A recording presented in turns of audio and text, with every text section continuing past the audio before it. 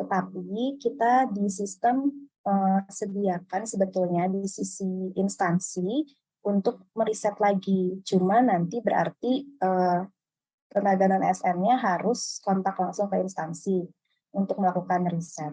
Tetapi yang perlu digarisbawahi adalah kalau kesalahannya seperti pas foto. Pas foto itu memang di awal kita dituliskan harus latar biru. Tapi ternyata banyak yang upload latar belakang merah. Nah, jadi akhirnya untuk pas foto kita bebaskan selama memang fotonya formal ya. Jadi masih boleh untuk background kita nggak cek gitu.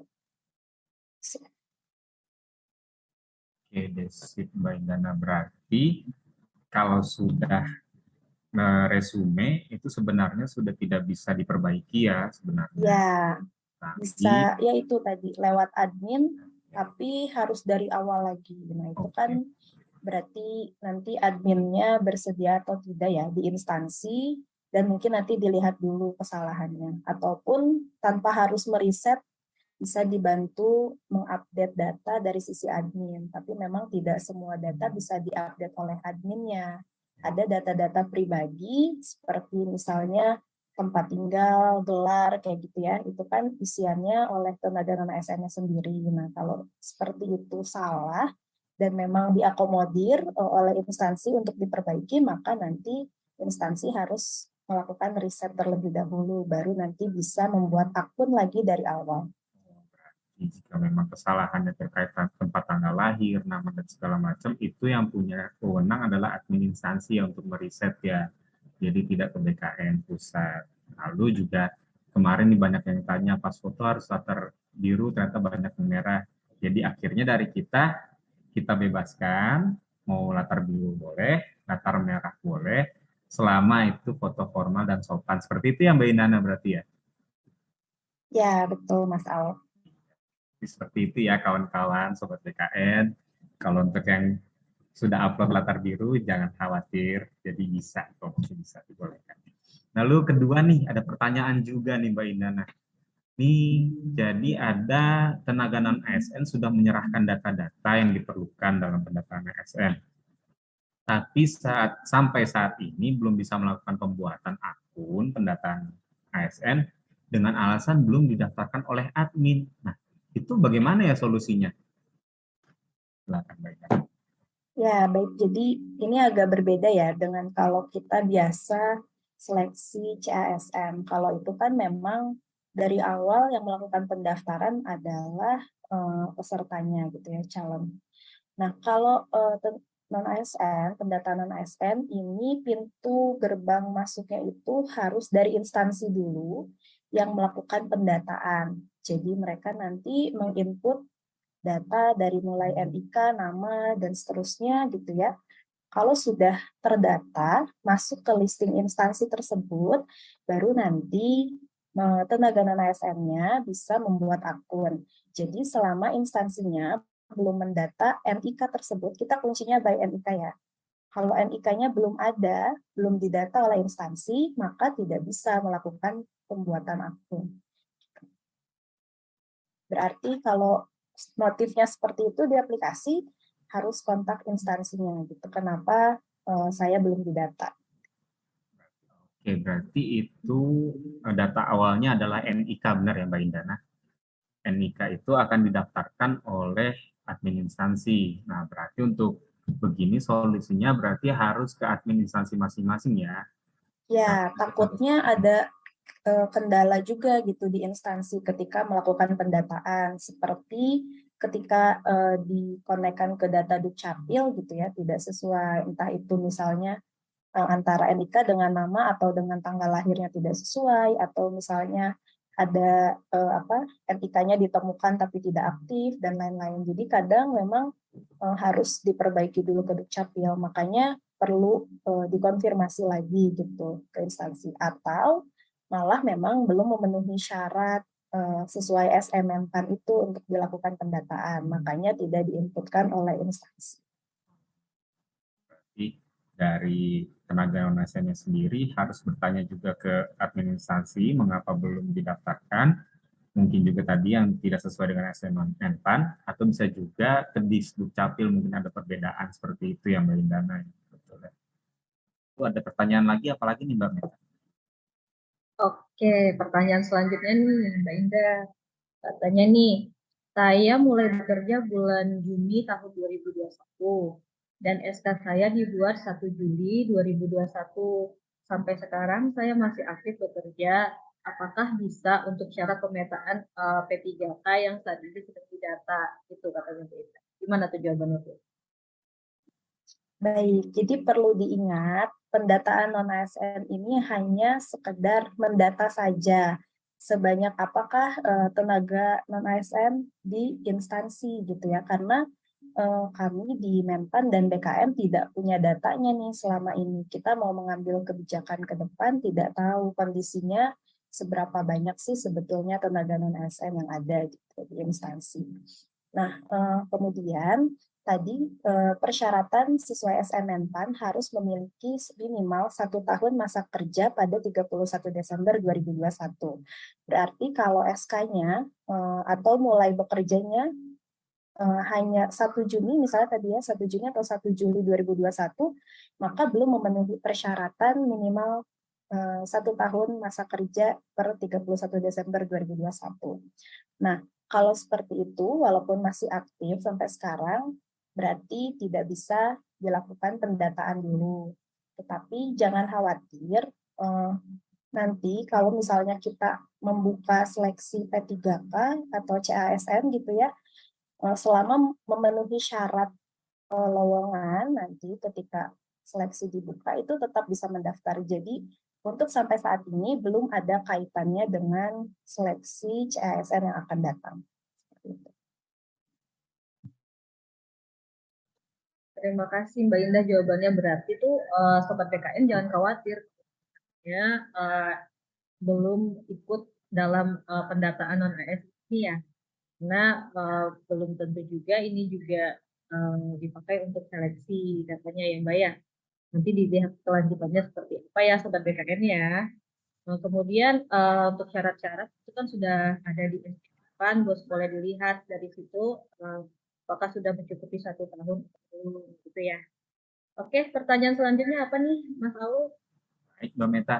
Nah, ini ada pertanyaan juga nih terkait pembiayaan penggajian nih, Mbak. Nah, kalau saya pegawai non-ASN, tapi penggajian saya dibiayai BLUD, apakah itu masuk dalam pendataan non-ASN ini atau bagaimana? Selain itu juga ada guru yang dibayarkan melalui dana BOS, tapi dia bekerja di sekolah swasta. Nah, seperti itu bagaimana ya, Mbak Indana? Terima kasih. Ya, baik. Mungkin kita balik lagi ya ke awal mula kenapa pendataan ini dilakukan. Ini kan berarti kita mau melihat nih kebutuhan di instansi pemerintah itu sebanyak apa sih gitu untuk ASN.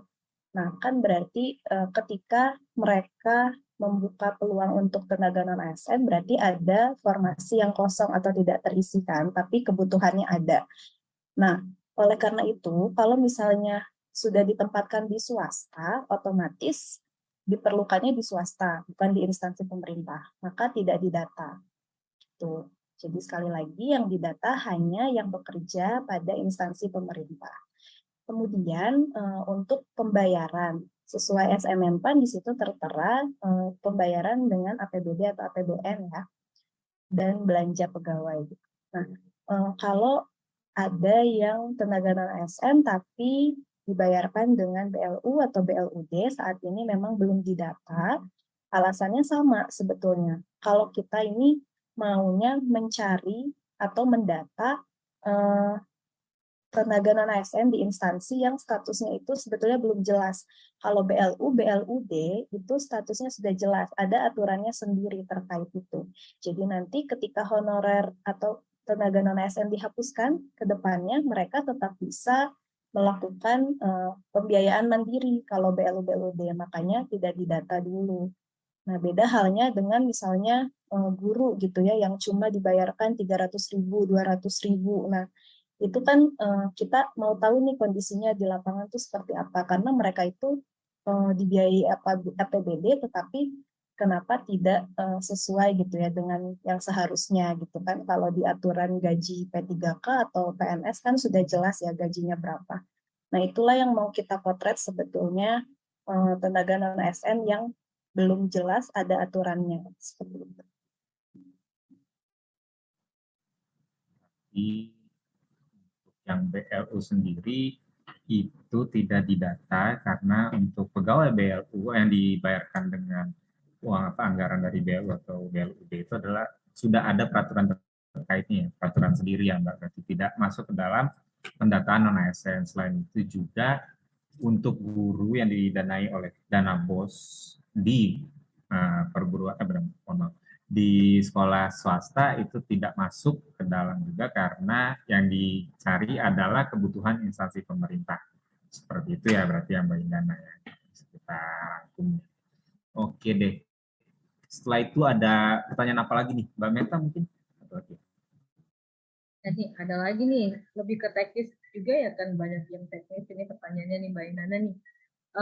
Kenapa dalam penginputan riwayat pekerjaan yang bisa tersimpan cuma masa kerja selama 5 tahun katanya gitu.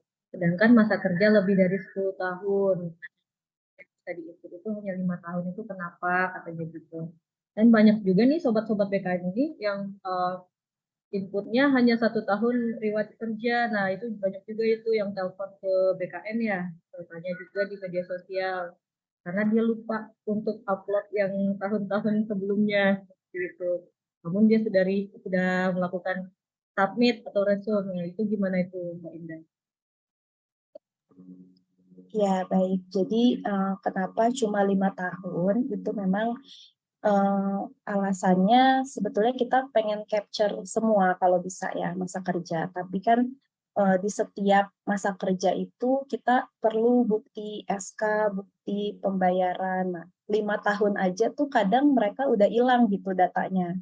Makanya kita 5 tahun terakhir aja yang cukup. Dan alasan kedua memang kita tidak mau membebani storage ya, karena tenaga non-ASN ini cukup besar jumlahnya, dan kalau satu orang aja satu file itu kan bisa maksimal 2 mega ya. Kalau dikalikan satu orang 5 riwayat dikali 1 juta dikali 2 mega, nah itu membebani storage yang cukup besar. Jadi memang kita batasi maksimal sampai dengan 5 riwayat.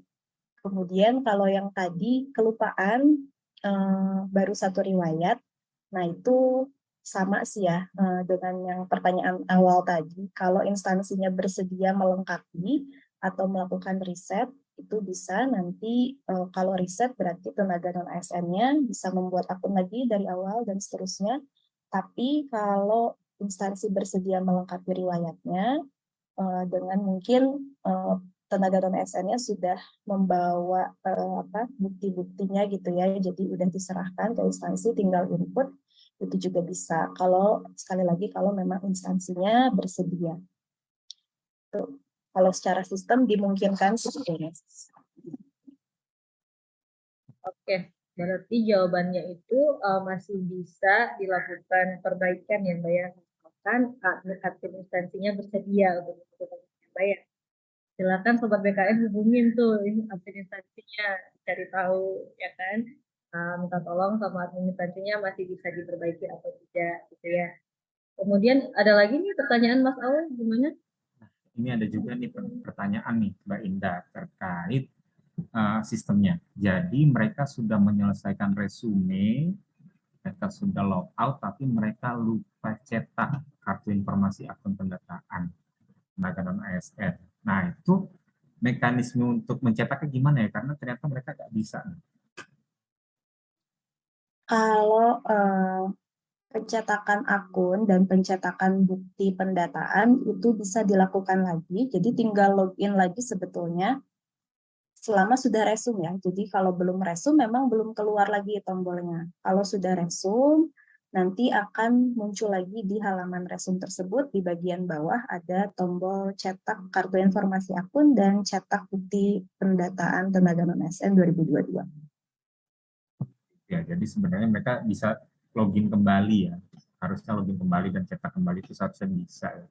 Mungkin mereka lupain untuk login kembali ya dari Sobat BKN yang bertanya.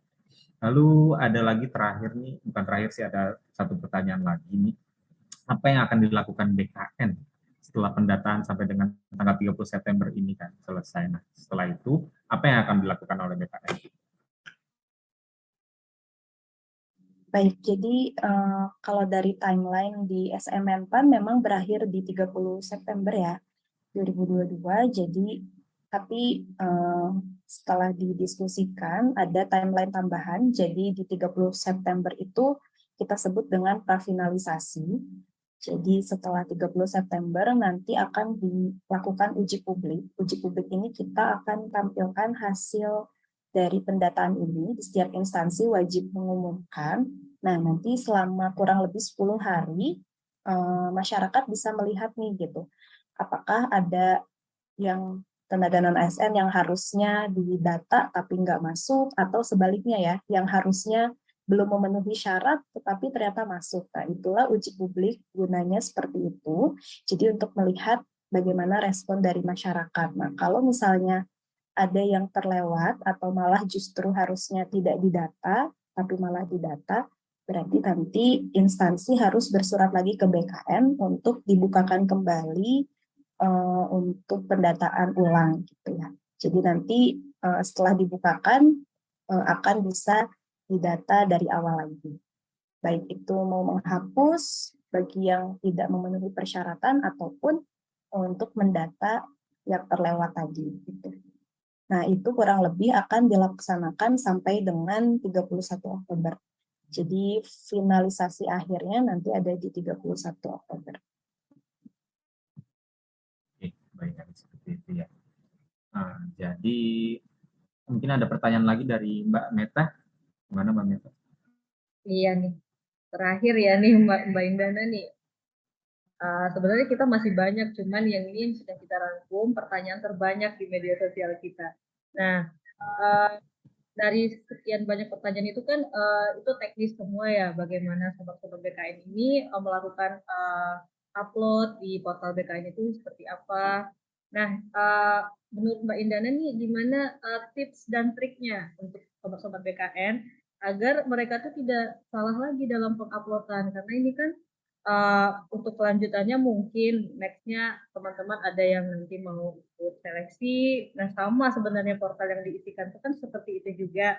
Nah, agar tidak salah-salah upload itu apa nih tips dan triknya dari Mbak Indana? Begitu Mbak Indah. Apa ya, ya paling dikumpulin dulu kali ya, kan kita udah tahu, sama-sama tahu data awal yang diinput harus memenuhi 1 tahun masa kerja gitu ya, dan syarat-syarat lainnya sesuai SMMPAN itu dicari berarti SK dan juga bukti bayarnya. Nah, riwayatnya juga sama, itu dikumpulkan berarti 5 tahun. Karena tenaga non-ASN ini beda-beda ya, ada yang 5 tahun itu terus-terus gitu sebagai tenaga non-ASN, ada juga yang terputus-putus. Nah, berarti itu dicari 5 riwayat terakhir kurang lebih seperti itu ya. Jadi dikumpulkan dulu semua buktinya, SK-nya, baru nanti di-input ke dalam sistem. Jadi biar kita nggak lupa gitu. Jangan lupa juga ketika resume itu dilihat lagi, dicek lagi data dirinya sudah sesuai atau belum, kemudian bukti uploadnya sudah sesuai atau belum. Selama belum sesuai atau masih ragu, jangan dulu klik resume gitu kan, karena tidak sekali jalan ya. Jadi kalau melengkapi data itu, ketika kita baru sampai tahap biodata misalnya, mau log out dulu, mau cari dulu misalnya berkasnya belum lengkap, itu bisa nanti dilanjut lagi, login lagi.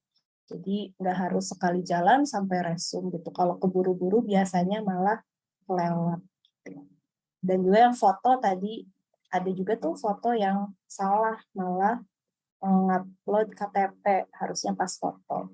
Nah, itu banyak kayak gitu. Nah, itu juga berarti harus diperhatikan lagi sebelum menyelesaikan pembuatan akun di awal, itu harus dicek lagi. Karena setelah upload kan kita bisa tuh cek lagi sebetulnya yang diupload sudah bagus atau belum filenya. Takutnya juga ada yang crash gitu ya ketika uploadnya, atau salah upload kayak tadi kasusnya.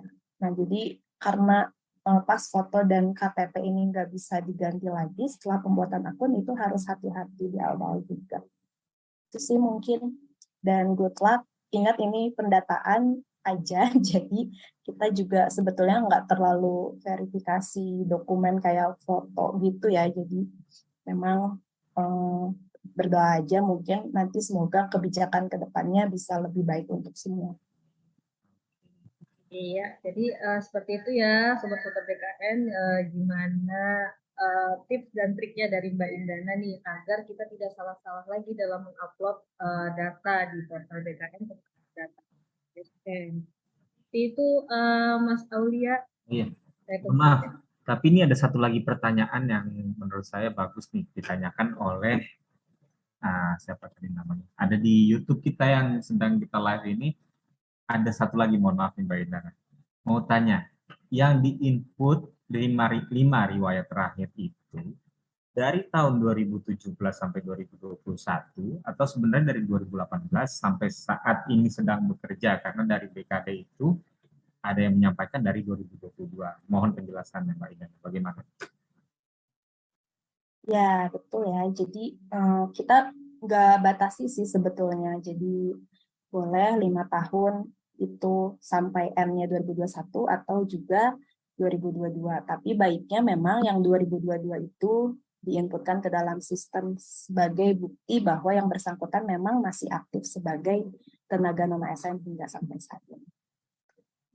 Oke, berarti sampai 2021 sebenarnya boleh, tapi baiknya memang sampai 2022 sebagai bukti bahwa tenaga non ASN itu bekerja sampai sekarang seperti itu ya. Karena memang Menpan sendiri bilang seperti itu ya, yang bekerja sampai dengan hari ini. Oke deh, mungkin itu kita bisa wrap up dulu ya Q&A kali ini. Terima kasih Mbak Indana atas waktunya sudah menyempatkan waktu bersama Humas BKN untuk melaksanakan Q&A, tanya jawab seputar sistem pendataan non ASN. Untuk menutup acara kali ini, billahi taufiq wal hidayah. Assalamualaikum warahmatullahi wabarakatuh. Waalaikumsalam. Terima kasih teman-teman. Terima kasih sobat-sobat BKN dan tenaga non ASN.